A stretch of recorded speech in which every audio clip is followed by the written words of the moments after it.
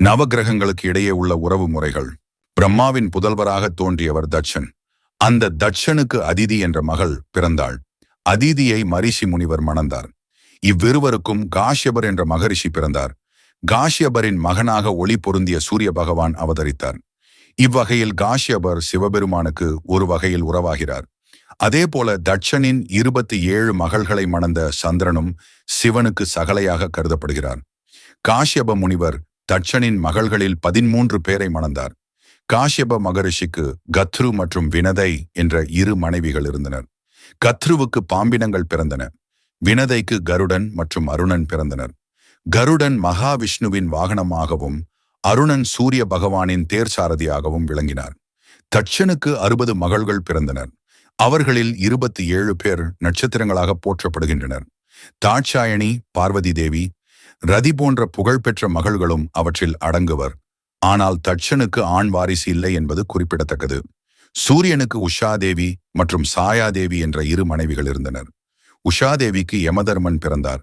சாயாதேவிக்கு கர்மகாரகனாக போற்றப்படும் சனீஸ்வரன் பிறந்தார்.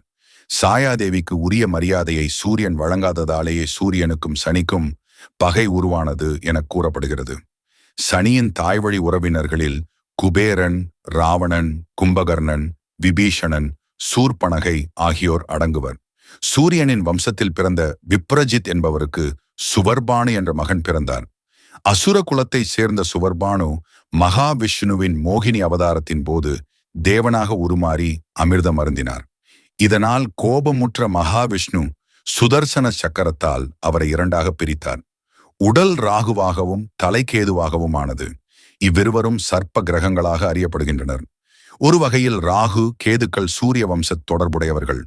சப்தரிஷிகளில் ஒருவரான அத்ரி மகரிஷிக்கும் அனுசூயா தேவிக்கும் சந்திரன், துர்வாசர், தத்தாத்ரேயர் ஆகியோர் பிறந்தனர்.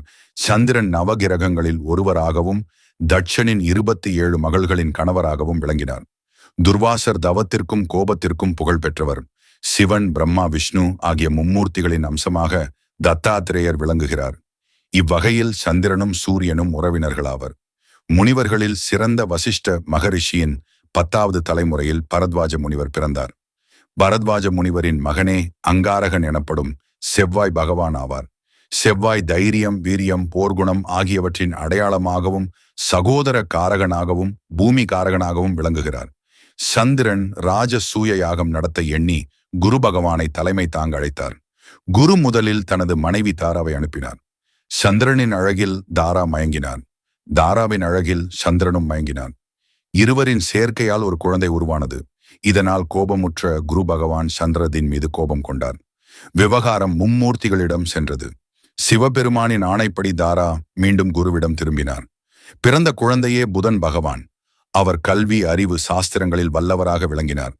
புதன் எப்போதும் சந்திரனையும் குருவையும் பகைவர்களாக கருதுகிறார். சப்தரிஷிகளில் ஒருவரான ஆங்கிரச மகரிஷியின் புதல்வனே பிரகஸ்பதி எனப்படும் குரு பகவான்.